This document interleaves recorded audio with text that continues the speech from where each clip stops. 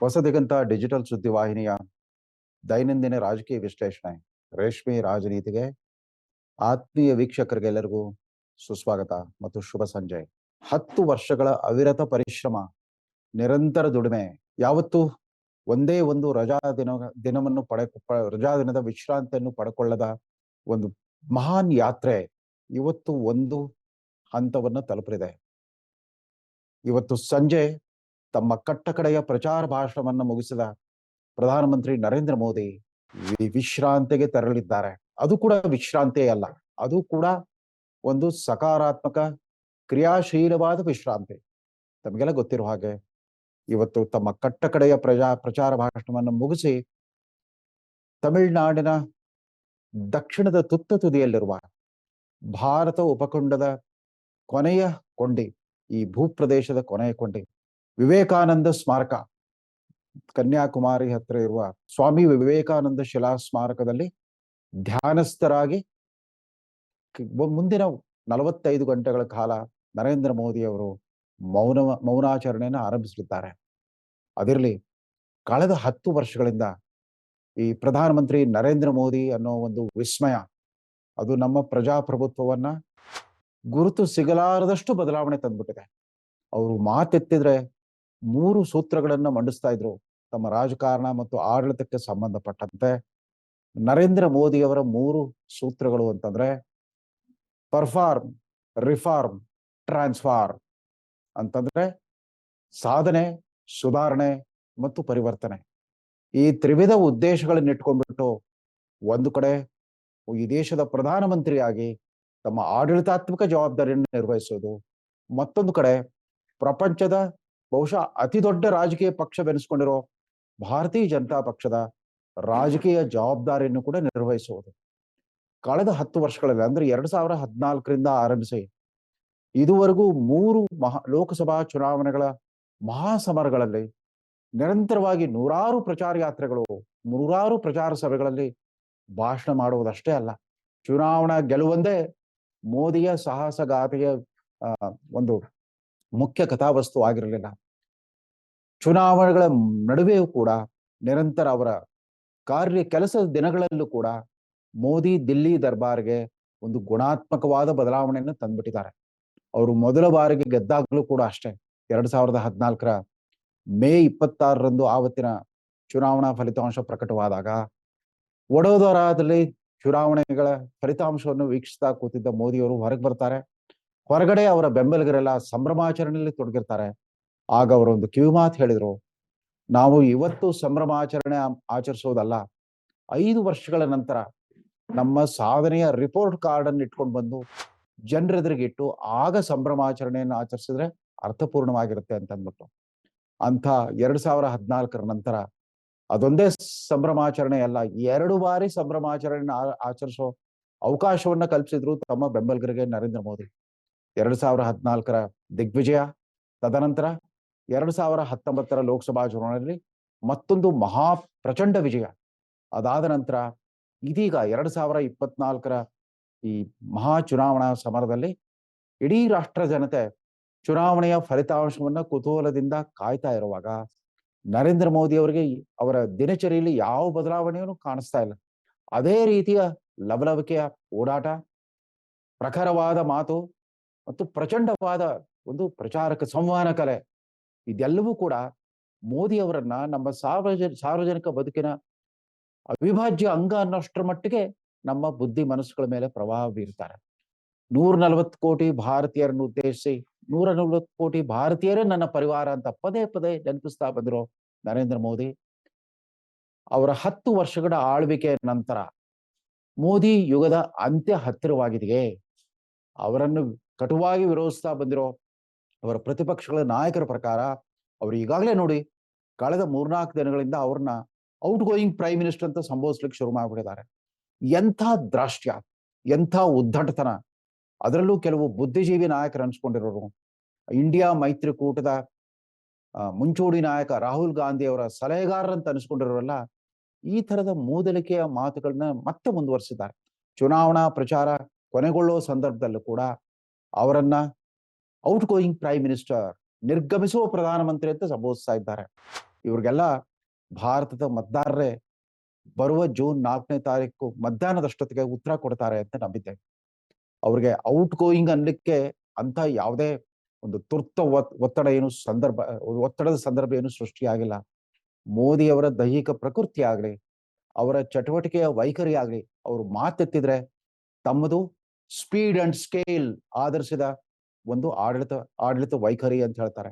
Speed and scale ಅಂತಂದ್ರೆ ತೀವ್ರಗತಿಯಲ್ಲಿ ಅಂದ್ರೆ ವೇಗದಲ್ಲಿ ಕೆಲಸ ಮಾಡೋದು, ಮತ್ತು ಸ್ಕೇಲ್ ಹಿಂದಿನ ಸರ್ಕಾರಗಳೆಲ್ಲಕ್ಕಿಂತ ದೊಡ್ಡ ಪ್ರಮಾಣದಲ್ಲಿ ಅದೇ ಕೆಲಸವನ್ನ ಇನ್ನೂ ದೊಡ್ಡ ಪ್ರಮಾಣದಲ್ಲಿ ಅದರ ದುಪ್ಪಟ್ಟು ವೇಗದಲ್ಲಿ ಅದರ ಗುರಿ ಸಾಧನೆ ಮಾಡುವುದು. ಸೊ ವೇಗದಲ್ಲಿ ಕೆಲಸ ಮಾಡುವುದು, ತೀವ್ರಗತಿಯಲ್ಲಿ ಗುರಿ ಸಾಧನೆ ಮಾಡುವುದು, ಇದು ಮೋದಿಯವರ ಕಾರ್ಯವೈಖರಿಯ ಮುಖ್ಯ ಲಕ್ಷಣವಾಗಿತ್ತು. ಅದರ ಜೊತೆಗೆ ಮೋದಿಯವರು ತಮ್ಮ ಎಲ್ಲ ಜನಕಲ್ಯಾಣ ಕಾರ್ಯಕ್ರಮಗಳಲ್ಲಿ ಅನುಸರಿಸಿದ ಮತ್ತೆರಡು ಸೂತ್ರಗಳು ಅಂತಂದ್ರೆ, ಒಂದು ಸರ್ವೋದಯ ಸಿದ್ಧಾಂತ, ಇನ್ಕ್ಲೂಸಿವ್ ಡೆವಲಪ್ಮೆಂಟ್, ಮತ್ತೊಂದು ಅಂತ್ಯೋದಯ ತತ್ವ, ಲಾಸ್ಟ್ ಮೈಲ್ ಡೆಲಿವರಿ. ಅವರು ಪ್ರಧಾನಮಂತ್ರಿ ಆದ ದಿನಗಳಿಂದ ಆರಂಭಿಸಿದ ಜನಕಲ್ಯಾಣ ಕಾರ್ಯಕ್ರಮಗಳು ಅಂತಂದ್ರೆ, ಮೊಟ್ಟ ಮೊದಲನೇದಾಗಿ ಜನ್ಧನ್ ಅಕೌಂಟ್. ಈ ಭಾರತದ ಸುಮಾರು 53 ಕೋಟಿ ಬಡವರ ಬ್ಯಾಂಕ್ ಖಾತೆಗಳನ್ನು ತೆಗೆದು ಸರ್ಕಾರದಿಂದ ಸಲ್ಲಬೇಕಾದ ಎಲ್ಲ ನಿಧಿ ಕೂಡ ನೇರವಾಗಿ ಅವರಿಗೆ ಖಾತೆಗೆ ತಲುಪುವಂತ ವ್ಯವಸ್ಥೆ ಮಾಡಿದ್ದು, ಮಧ್ಯವರ್ತಿಗಳ ಹಾವಳಿಗೆ ಶಾಶ್ವತವಾಗಿ ಕಡಿವಾಣ ಹಾಕಿದ್ದು. ಅದಾದ ನಂತರ ಪ್ರಧಾನಮಂತ್ರಿ ಜೀವನ್ ಜ್ಯೋತಿ ವಿಮಾ ಯೋಜನಾ, ದಿನಕ್ಕೆ ₹1ನಂತೆ ವರ್ಷಕ್ಕೆ 360 ರೂಪಾಯಿಗಳ ಪ್ರೀಮಿಯಂ ಕಟ್ಟಿಸ್ಕೊಂಡ್ಬಿಟ್ಟು 2 ಲಕ್ಷ ರೂಪಾಯಿವರೆಗೂ ಪರಿಹಾರ ಧನ ಕೊಡೋ ವ್ಯವಸ್ಥೆ. ಅದರ ಜೊತೆಗೇನೆ ಪ್ರಧಾನಮಂತ್ರಿ ಸುರಕ್ಷಾ ವಿಮಾ ಯೋಜನಾ, ತಿಂಗಳಿಗೆ ₹1 ಪ್ರೀಮಿಯಂನಂತೆ ಯಾವುದೇ ಬಡವರು ಕೂಡ ಆ ವಿಮೆಯಲ್ಲಿ ತಿಂಗಳಿಗೆ ₹1 ಉಳಿತಾಯ ಹಾಕಿ 2 ಲಕ್ಷ ರೂಪಾಯಿವರೆಗೂ ಪರಿಹಾರ ಪಡೆಯುವಂತಹ ವ್ಯವಸ್ಥೆ. ಅದರ ಜೊತೆಗೆ ಮೋದಿಯವರು ಸ್ವಚ್ಛ ಭಾರತ ಆಂದೋಲನವನ್ನು ಶುರು ಮಾಡಿದ್ರು. 11 ಕೋಟಿ ಮನೆಗಳಿಗೆ ಶೌಚಾಲಯಗಳನ್ನ ಕಟ್ಟಿಸ್ಕೊಟ್ರು. ದೇವಾಲಯಕ್ಕಿಂತ ಶೌಚಾಲಯ ಮುಖ್ಯ ಅನ್ನೋ ಒಂದು ನಾಣ್ಣುಡಿಯನ್ನು ಪದೇ ಪದೇ ಪುನರಾವರ್ತನೆ ಮಾಡ್ತಾ ತಮ್ಮ ಗುರಿ ಸಾಧನೆ ಮಾಡಿ ತೋರಿಸಿದ್ರು. 3 ಕೋಟಿ ಜನಕ್ಕೆ ಪ್ರಧಾನಮಂತ್ರಿ ಆವಾಸ್ ಯೋಜನೆಯಲ್ಲಿ ಮನೆಗಳನ್ನು ಕಟ್ಟಿಸ್ಕೊಟ್ರು. ಅದರ ಜೊತೆಗೇನೆ ಮುದ್ರಾ ಯೋಜನೆಯ ಮೂಲಕ ಸುಮಾರು 8 ಕೋಟಿ ಕುಟುಂಬಗಳಿಗೆ ಆರ್ಥಿಕವಾಗಿ ಸ್ವಾವಲಂಬಿಗಳಾಗಲಿಕ್ಕೆ ಸ್ವಂತ ಉದ್ಯೋಗ ವ್ಯಾಪಾರ ಮಾಡುವಂತಹ ವ್ಯವಸ್ಥೆಯನ್ನು ಮಾಡಿಕೊಟ್ರು. ಇದರಿಂದಾಗಿ ರಾಷ್ಟ್ರದ ಕುಲಕಸಬುದಾರರು, ಕುಶಲಕರ್ಮಿಗಳು ಅವರೆಲ್ಲ ಬಹುತೇಕ ಪರಿಶಿಷ್ಟ ಜಾತಿ, ಪರಿಶಿಷ್ಟ ಜನಾಂಗ, ಹಿಂದುಳಿದ ವರ್ಗ ಮತ್ತು ಧಾರ್ಮಿಕ ಅಲ್ಪಸಂಖ್ಯಾತ ಜನಾಂಗಕ್ಕೆ ಸೇರಿದ ಬಡ ಕುಶಲಕರ್ಮಿಗಳಿಗೆ ಆರ್ಥಿಕ ಸ್ವಾವಲಂಬನೆಗೋಸ್ಕರ ಸುಮಾರು 36 ಲಕ್ಷ ಕೋಟಿಯಷ್ಟು ಧನ ಸಹಾಯದ ವ್ಯವಸ್ಥೆಯನ್ನ ಮಾಡಿದರು. ಮೋದಿಯವರ ಯಾವುದೇ ಕಾರ್ಯಕ್ರಮಗಳಿದ್ರು ಕೂಡ ಒಂದು ತಾವು ಸ್ವತಃ ಬಾಲ್ಯದಿಂದ ಅನುಭವಿಸಿದ ಬಡತನದ ಬವಣೆಯನ್ನ ಆಧರಿಸಿದ ಒಂದು ವ್ಯವಸ್ಥೆ ಆಗಿರ್ತಾ ಇತ್ತು. ಜೊತೆಗೆ ಇದುವರೆಗೂ ಯಾವುದೇ ಪ್ರಧಾನಮಂತ್ರಿಗೂ ಸಾಧ್ಯವಿರದಿದ್ದ, ಅಂದ್ರೆ ಒಂದು ರಾಜ್ಯ ಮಟ್ಟದಲ್ಲಿ ಮುಖ್ಯಮಂತ್ರಿಯಾಗಿ 13 ವರ್ಷಗಳ ಕಾಲ ಸುದೀರ್ಘ ಆಡಳಿತ ನಡೆಸಿ ಬೇರು ಮಟ್ಟದಿಂದ ಪಡೆದ ಅನುಭವವನ್ನ ದಿಲ್ಲಿ ದರ್ಬಾರಿಗೆ ತಂದಿದ್ದು ನರೇಂದ್ರ ಮೋದಿ. ಸೊ ಮುಖ್ಯಮಂತ್ರಿಯಾಗಿ ತದನಂತರ ಪ್ರಧಾನಮಂತ್ರಿ ಪದವಿಯನ್ನು ಅಲಂಕರಿಸಿದ ಹಲವು ವಿರಳರ ಪೈಕಿ ಅವರೆಲ್ಲರಿಗಿಂತ ಹೆಚ್ಚಿನ ಅನುಭವವನ್ನು ರಾಜ್ಯ ಮಟ್ಟದಲ್ಲಿ ಪಡೆದು ರಾಷ್ಟ್ರ ಮಟ್ಟದಲ್ಲಿ ಆ ಪ್ರಯೋಗವನ್ನ ಮುಂದುವರಿಸಿದ್ರು ಪ್ರಧಾನಮಂತ್ರಿ ಮೋದಿ. ಹಾಗಂದ ಮಾತ್ರಕ್ಕೆ ಎಲ್ಲವೂ ಪರಿಪೂರ್ಣವಾಗಿತ್ತ ಮೋದಿಯವರ ಆಡಳಿತ? ಅದು ಸರಿ, ಮೋದಿ ಅವರೇನೋ ಪರಿಪೂರ್ಣವಾಗಿರಬಹುದು. ಅವರು ಬಹಳ ಧೈರ್ಯವಾಗಿ ಪ್ರತಿಯೊಂದು ಪ್ರಚಾರ ಸಭೆಯಲ್ಲೂ ಕೂಡ ಕಳೆದ 10 ವರ್ಷಗಳಿಂದ ನಾನು ಭ್ರಷ್ಟಾಚಾರ ಮುಕ್ತ ದಕ್ಷ ಆಡಳಿತ ಕೊಟ್ಟಿದ್ದೇನೆ ಅನ್ನೋದನ್ನ ಆತ್ಮವಿಶ್ವಾಸ ಅಂತ ಹೇಳ್ತಾ ಬಂದ್ರು. ಆ ನೈತಿಕ ಧೈರ್ಯ ಭಾರತದಲ್ಲಿ ಇವತ್ತು ಅಧಿಕಾರಾರೂಢ ಆಗಿರುವ ಅಥವಾ ಹಿಂದೆ ಅಧಿಕಾರ ಅನುಭವಿಸಿ ಇವತ್ತು ಮಾಜಿ ಆಗಿರುವ ಎಷ್ಟು ಜನ ನಾಯಕರಿಗೆ ಅಂತ ಆತ್ಮವಿಶ್ವಾಸ ಸಾಧ್ಯ, ಅಂತ ಎದೆಗಾರಿಕೆ ಸಾಧ್ಯ? ಅವರು ತಮ್ಮ ಆಧೀನದಲ್ಲಿರುವ ಕೆಲವು ಶೋಧನಾ ಸಂಸ್ಥೆಗಳನ್ನ, ವಿಶೇಷವಾಗಿ IT, ED, CBI ಇತ್ಯಾದಿಗಳನ್ನ ವಿರೋಧಿಗಳನ್ನ ಸದೆಬಡಿಯಲು ಬಳಸಿಕೊಂಡ್ರು ಅಂತ ಪದೇ ಪದೇ ಆರೋಪ ಕೇಳಿ ಬರ್ತಾ ಇತ್ತು. ಮೋದಿ ಅವರು ಸ್ಪಷ್ಟವಾಗಿ ಹೇಳಿದ್ದಾರೆ, ED ಮತ್ತು IT ಗಳ ಕಾರ್ಯಾಚರಣೆ ಪೈಕಿ ಕೇವಲ 3% ಮಾತ್ರ ರಾಜಕಾರಣಿಗಳ ವಿರುದ್ಧವಾದ ವಿಚಾರಣೆಗಳಾಗಿತ್ತು. ಉಳಿದಂತೆ 97% ತನಿಖೆ ಮತ್ತು ವಿಚಾರಣೆ ಪ್ರಕ್ರಿಯೆ ನಡೆದಿದ್ದೆಲ್ಲ ಇತರ ಖಾಸಗಿ ಉದ್ಯಮದಾರರು, ಉದ್ಯೋಗಪತಿಗಳು, ಕೈಗಾರಿಕೋದ್ಯಮಗಳು, ಇತರ ಖಾಸಗಿ ವ್ಯಕ್ತಿಗಳ ಅವ್ಯವಹಾರ ಕುರಿತಂತೆ ನಡೆದಿತ್ತು ಅಂತ.